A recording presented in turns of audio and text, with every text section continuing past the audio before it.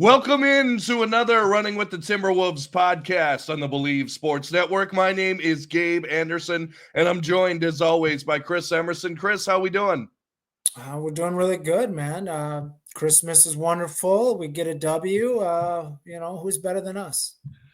Right, and really, I don't know if you were watching the NBA all day, but really a good day out of Adam Silver. Really every game, except maybe the last one, was close down to the wire, particularly the Spurs and Knicks game, our game, and then the Curry LeBron game was an Lakers, absolute yeah. classic at the end there. So a good day of basketball for sure. Yeah, Adam Silver has been, he's kind of had the Midas touch lately. I think the in-season tournament, as silly as it kind of seemed at first, I don't think it's a failure, and I think it adds something. So that's cool. I think everything he's been doing has been working, so I hope he keeps going that way and the league keeps growing. Right, absolutely. And as LeBron James said at the end of his interview,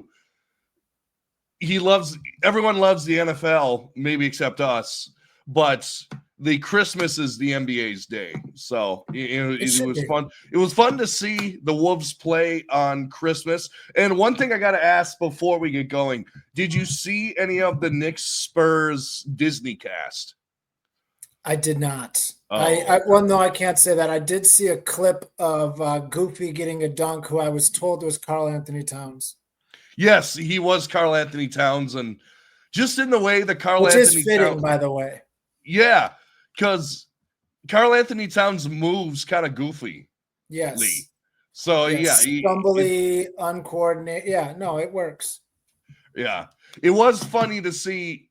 Well, obviously, Mikal Bridges went off in that game, but it was funny to see Daffy Duck hit a three, or Donald Duck hit a three, and then do the 3-point celebration on the side. That was fun to see. I don't know. I'm all for the NBA and the NFL and tons of other leagues trying to get kids into the game and trying to hit them when they're young. So I don't know. I'm all for it. But let's talk. Fun. Yeah, go ahead. You're just having fun. I mean, I don't even know if there's kids who know who Donald Duck and Goofy are. Like, I don't even know if those characters resonate with them. They might need like some, I don't know, Teen Force Titans, I don't know what kind of cartoon, but it's fun, and as long as people are having fun, I'm all for it. Right. Let's talk about the Wolves game, which was fun for the first 3 quarters, got a little dicey there at the end, and then ultimately Ant pulls it out for us. But I have a stat, and then I want you to react to it. The Wolves have been outscored 100-62 in the fourth quarter in the last 3 games. They're averaging 20.6 points per game in the fourth quarter and are giving up an average of 33 points per game in the fourth quarter. Why are we so bad right now trying to close out games? I would say a lot of it is we've been the last couple of weeks, we've been fighting back so hard to get back into the game because we start out down 15, down 20 almost every game. That sometimes maybe we're gassed out come fourth, but it seems like ball movement stops. Like Chris Finch, like him or not, like his style or not, his style is based on ball movement. He wants us to be a team that passes the ball a lot, and we're in the bottom half of the NBA in passes per game. And I would assume that in the fourth quarter, it even gets worse. So when the ball gets sticky, we get ugly. Right. That's true for sure. And so far this year, the Wolves are 19th in plus minus in the fourth quarter. You'd like to see that a little better. Anthony Edwards in the fourth quarter this year averages 6.1 points per game, but also has 16 turnovers so far and is a minus 17. Julius Randle also a minus 17. So are you for, like, let's say, and I made a video on this channel basically saying the maybe necessity to bench Randall and put Naz Reid in the starting lineup. I don't know if you'd go that far, but would you say that Naz Reid at least should be playing more in crunch time? Well, I mean, I think you're onto something. And you were talking about, plus minuses and stuff like that in the fourth quarter. Anthony Edwards and Julius Randle both not looking so good. A lot of times that's probably because they're on the court together for those times. Right. So, yeah. A lot of times the best thing to look at plus minus is to look at guys that are normally grouped together, like the starters, for example. Mm-hmm. And you're talking about Julius Randle not playing. So like I was looking at plus minus recently, and like after last game, Anthony Edwards pulled ahead on the season. He's at a plus 67. Mike Conley's at 61. Rudy Gobert's at 55. So like all the starters are kind of all around the same place. Right. Julius Randle's at 46, so a little bit below them, meaning that when he's not with the other starters, he's maybe not doing quite as well. But then our fifth starter, I know where you're going. If you could guess, everybody else on our team, I said, is 46, 55, 67, a plus 6 of a 6, 67. What do you think our fifth starter, Jaden McDaniels, plus minus is on the year? I'm still going to go positive. I'm going to go plus 5. Because that would be a huge, like 40 points difference is shocking in plus minus. He's a minus 39. Wow. A minus 39. That's, 80 points difference than Julius Randle, who's our worst other starter. You know what I mean? Mm-hmm. A minus 39. Naz Reid is a plus 37, so just a little bit behind Randall. And Nickeil Alexander-Walker is a plus 97. He's been awesome. So I'd say the question isn't, do we need to bench Julius Randle? I say there's a pretty shocking thing that's spitting us in the face, telling us somebody needs to be benched. And it's not Julius Randle. And I think it's going to have to be Nickeil Alexander-Walker, or like you said with Naz Reid, I would love to see a super big lineup as our starters of Rudy Gobert, Julius Randle, Naz Reid, Anthony Edwards, Mike Conley. Give me that starting lineup. Last year, we scared teams because we were big. We made teams adjust to us because we were big. We played a certain way because we were big. We lost that identity for whatever reason. And I think we should take it back. And I think we can play those three bigs together. My only comeback to that is, was it not Anthony Edwards earlier this year complaining about space inside of the paint for him to operate? That's the only thing I worry about with that. Sure. And when you listen to Chris Finch, he'll tell you it has nothing really to do with the size of the players when it comes to spacing. It's when people are in the right place at the right time. Like Naz Reid is shooting 40% from three. Right. Him standing at the 3-point line or Jaden McDaniels, who are you going to guard out to the 3-point line more? You know what I mean? So losing Jaden definitely doesn't shrink our field anymore. Like if anything, it makes it more space. So, and maybe it comes down to a point where at some point you have to, as a coach, give a little credit to the guys that are performing. Like if I was on the team, I would say, listen, we're all fighting for the next contract, and this guy isn't getting it done, and I deserve to have more time. So, yeah. And I mean, it's not even just plus minus. Like if you go to anything, if you go to player efficiency, offensive efficiency, and defensive efficiency, then they've got the net rating, which is a mix of both. And it stands out the same. All of our starters are a plus, plus 1, plus 2, plus 7, plus 3, right around there. And then Jaden's in minus 1.5. Like he's just a negative player, and he's been all season. That's the guy I think we need to move out of the starting lineup if we want anything to happen. Okay. Now, my other pushback to that is we don't have much at the 3. We don't have anything. Yeah, we other than Jaden and occasionally Josh Minot. So maybe that would necessitate making a move and going out and getting a different 3 to get in there. Yeah. I don't know what you could do. We're kind of hand strapped with the second apron. I like your three bigs idea, but or we have to go three smalls. I mean, we could put Nickeil Alexander-Walker in there too. I'd be all for that. But I think our small forward spot is such a black eye when, I mean, Josh Minot has been producing as well as Jaden in the little bit he's come in, and he's not really doing that much either. So like neither one of them are adding a spark, and we need something offensively as a spark, and we're not getting it.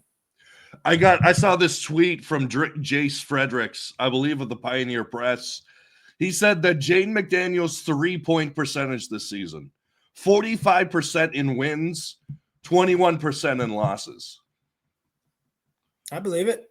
Turns out when your role players do something, it helps your team, Right.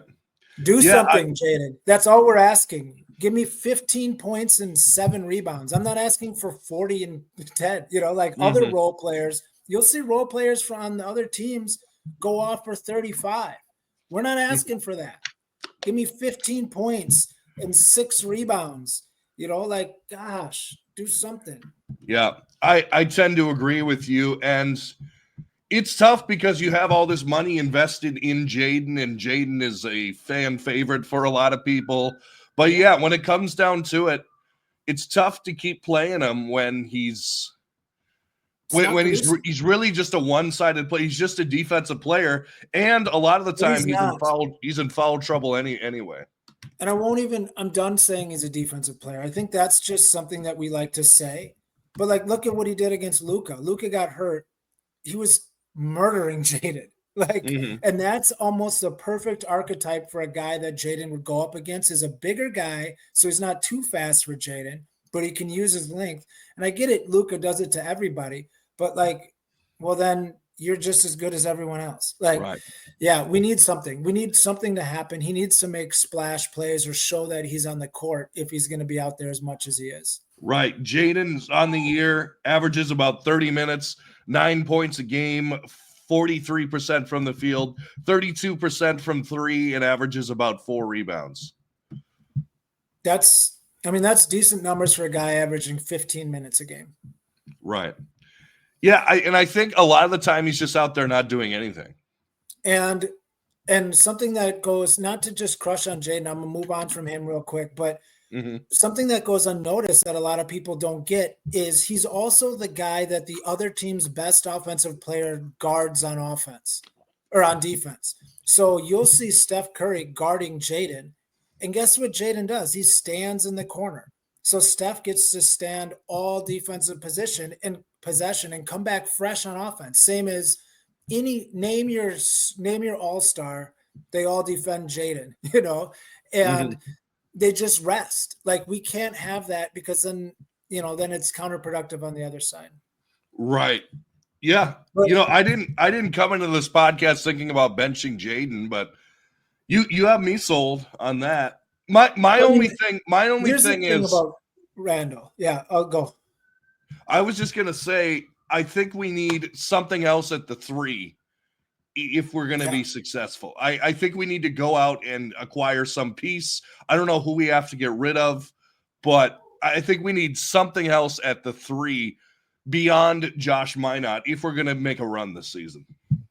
Yeah, for sure. I think it's been established that Josh Minot isn't going to be this Linsanity type, flash in the pan type thing. Right. And I'm sure Tim Conley, the way that he runs his business, I guarantee you he has a list of 15 small forwards that he's, checking, because he too sees that we have a glaring hole in our lineup. So a lot of the hate, I'm going to do one little bit of a rebuttal on a lot of the hate on Julius Randle, just to throw a little bit of the water on that. There's a couple things that I believe. I believe Chris Finch is a good offensive coach. I believe he knows what he's doing. I believe he's a good coach. I also believe that he's a better offensive coach than Tom Thibodeau. I might be wrong by that, but offensively, I think he's better. Last year, Julius Randle and Brunson were both going for 25 and 28 a game. They were, impacting the game on many levels. that same thing should happen here, or should have the ability to happen here. Randall is getting a lot of turnovers, but he's also the only one doing much of anything. Like, he brings the ball up every time. He's attacking the paint every possession. He's drawing the double team every time. I mean, he has to have 700% more dribbles than anyone else on our team. And some of that, as a negative, he's dribbling it too much. But it's not like he's taking this rogue. Like, it's not like he's doing this all on his own. Chris Finch is putting the ball in his hands to initiate our offense almost every time down court. You'll see Anthony Edwards get a rebound and give it to Julius Randle to bring the ball up. Like, our whole offense that Chris Finch is putting together is based around Randle leading it currently. Mm-hmm. Like, Mike Conley is standing in the corner. Right or wrong, that's what's happening. So if we were to get rid of a guy like Julius Randle, who's going to do anything offensively? Who's bringing the ball up? Who's setting up? Unless it's back to Mike Conley. And then you're saying, well, obviously Chris Finch doesn't know what he's doing because he chose to have Randle over Conley. So if you believe Chris Finch knows what he's doing, I mean, it's kind of a wait and see until this stuff works itself out. Right. And I was watching the Suns game last night, and I was thinking there was reports that came out reports that came off this offseason that Tyus Jones didn't want to have a homecoming in Minnesota because he pretty much knew he wasn't going to start over Mike Conley. And he ends up taking, I think, a veteran's minimum or a small contract with the Suns. And I'm thinking, I'd much rather have Tyus right now than Mike Conley. His floater game's 2-1 better than Mike Conley. I would have, and I don't think Mike Conley would have been too heartbroken to go to the bench. I don't think he would have at this stage of his career. I think Mike Conley should just be happy that he's still playing at this point of his career. Because, let's be honest, there's an argument for LeBron that, LeBron is still a star. But at this point of your career, if you're anyone other than LeBron, you should just be happy that you're playing. You shouldn't really care if you're getting 5 minutes a game, if you're getting 15 minutes a game, if you're getting Conley's playing 24 minutes a game. I mean, if we could have got Tyus at like $3 million or something, then a lot of our problems are solved right there. Tyus is shooting 44% from three right now on 5 shots a game too. So, I mean, and he's always almost 0 turnovers, 6 assists, 1 turnover. So 6-1 turnover rate. That's great. 13 points. Mm-hmm. That's exactly what we need. I mean, that might've been a misstep. And, Conley's an interesting guy because all the advanced metrics show that when he's out on the court, we do well. And when he's off, we don't do as well. But he also doesn't really, counting stats or production-wise, do much of anything. So some of those, I think, can be skewed. But there is a value to having a guy kind of keep everything going in the right direction. But I think Tyus could easily do that just as well. Oh, yeah, absolutely. And that's just one example. And I do want to mention, it's totally up to Tyus. If he wanted to go prove himself with the Phoenix Suns and he thought that was a better situation for him, then more power to him. I'm not saying that we had rights to Tyus Jones because he's from here. Like that's not what I'm saying at all. I'm saying that someone like Tyus or even like a Dennis Schroeder, I'd much rather have a Dennis Schroeder be our point guard right now than Mike Conley. And that's the thing. And here's the other thing. If you get someone at point guard to take over Conley's spot, then you can prolong Conley even longer because all he needs to do is play 15 minutes off the bench. And you can even have Conley play in crunch time if you want. If you want that stabilizing factor, you can throw him out there. So I don't know. I'm just saying that. Well, I think you're hitting on a huge issue in the point guard or play creator or the guy who breaks down the other team's defense to set up our offense is a huge need for this team. If that comes from the point guard position, if it comes from, Chris Finch seems to have made a decision that Anthony Edwards is not going to be like, he's number one on usage on the team, but he's not the ball dominant Luka, Jason Tatum, LeBron James type forward. He's not going to be that guy that is going to be handling the ball, running all the pick and he's just not that guy. So we need somebody who's going to be doing that.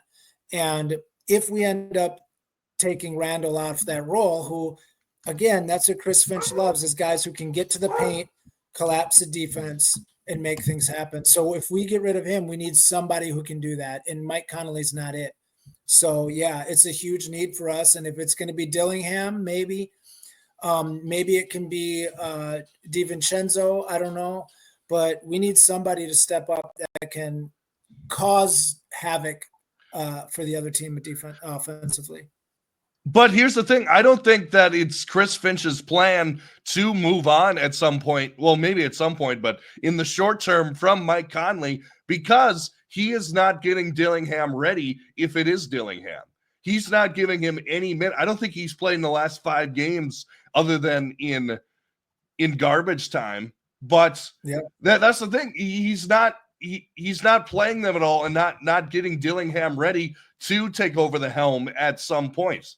I think even if it costs us a game or something, I think you got to throw in Dillingham a little bit just so he can get his feet wet. I think, to me, that's telling me that Julius Randle's going nowhere. Because if we don't have anyone else that's stirring the pot offensively coming up like Dillingham, if we got rid of the only guy that's doing that for us, we would be in big trouble. I hope that what Chris Finch is doing is still trying to get, like we've been saying for the last couple episodes, is still trying to get our top 6 or 7 to find out which ones play well, who plays where, trying to get that figured out before he adds Dillingham. But, I don't want to throw this season away waiting to see what that happens. But Dillingham's also still 19. So if the last 20 games of the season, he's given us a productive 10 minutes a game, that might be all we need. Right. And I know you hate to say it, but at some point, someone's going to get hurt. Oh, yeah. Someone's going to go down. I mean, They've been the healthiest team in the league. But in an NBA season, you're not going to have this much perfect health. Someone is going to go down, and Dillingham's going to need to get some minutes in that scenario, particularly if it's a guard. Like someone's going to get hurt at some point. It's just like, actually, it's crazy. If you look at the Orlando Magic and how well they've played with injuries, they've had Paolo Banchero out for basically most of the season. Then I think Mo Wagner is out. I think Franz Wagner is out as well. And they're the 4th seed in the East. Like that's the kind of adversity that could hit the Wolves at some point. And we got to have guys ready for that to happen. Now, I'm not saying that Ant's going to tear his ACL, and I'm not saying that Randall's going to get hurt or anything, but we got to have guys ready for when something happens. Cole Anthony, for example, just stepped up and I think dropped 35 and 12 as a guy who was getting coaches did not play, coaches decision do not play for like a week. He comes in and drops a 40 piece almost. Yeah, you need to have guys that are ready, that are hired guns, that are ready to play. And Dillingham, I think, has that pedigree. He has that in him. But yeah, I would like to see him getting some more consistent minutes. Yep. I just don't know. It's just hard when our team is down 15 points in the first quarter to say, okay, we're going to throw in the young kid, Right. And I understand that. I also think that Finch, being a defensive-minded coach, would rather give those minutes to Josh Minot, who is not going to light up the scoreboard. He might have a cool dunk here and there, but he's going to play harder defense than one Rob Dillingham. So I think that's his thought process, which is fine. I'm just saying we got to get Dillingham ready. We got to get him ready. We absolutely got it. And I mean, if we look at what we got going on for the youth of this team going forward, obviously we all know that we've lost some draft picks, that he is going to be a very valuable piece, and we've kind of got a lot relying on him being that. Like, Right. that's huge.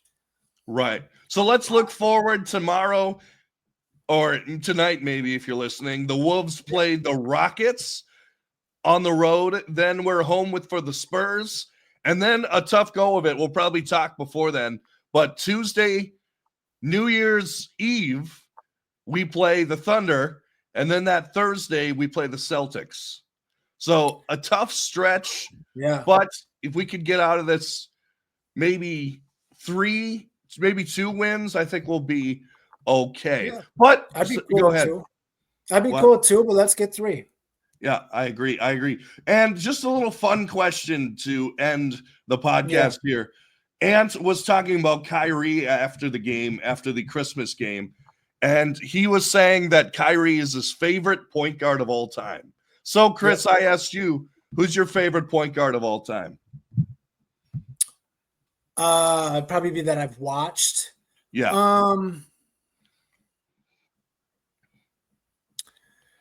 Yeah, I don't know. It'd probably be Ricky Rubio or Stephon Marbury when they were Timberwolves. They both had such electricity when they first came in. So that was, and they were just, I would say those were my 2. They were just so fun at the point guard position. Okay. And mine obviously is Luke Rittenauer. So, yeah, makes sense. No, but honestly, I think I'm going to go outside of the Wolves here. And what I remember watching Rajon Rondo. I loved his game. I wouldn't say he's my favorite. My dad, his favorite of all time, which he's had us watch as a family, watch movies about it, is Pistol Pete. That was his favorite point guard.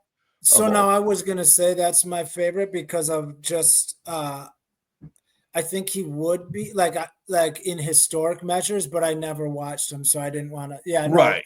Pistol Pete is one of those what could have happened if he didn't get hurt type people. Right. The greatest college basketball player of all time. Oh yeah, I mean I think the best story is freshmen back in the day had to play JV, and so basically people would pack the LSU JV games and then basically leave for the varsity games because Pistol Pete was playing JV. Unbelievable. To be fair, that's what happens when I played JV in high school as well. So I figured people would show up at about 5:00, watch me put up my solid about 7 and 10, and then head on home. So that's right. Anyway, Chris, thanks so much for being here. Yeah, no problem, man. And I hope your New Year's is good if I don't talk to you by then. Absolutely. And this is the Running with the Timberwolves podcast on the Believe Sports Network. Make sure to like, share, and subscribe on YouTube and give us a 5-star rating on Spotify and or Apple. And as always, go Wolves.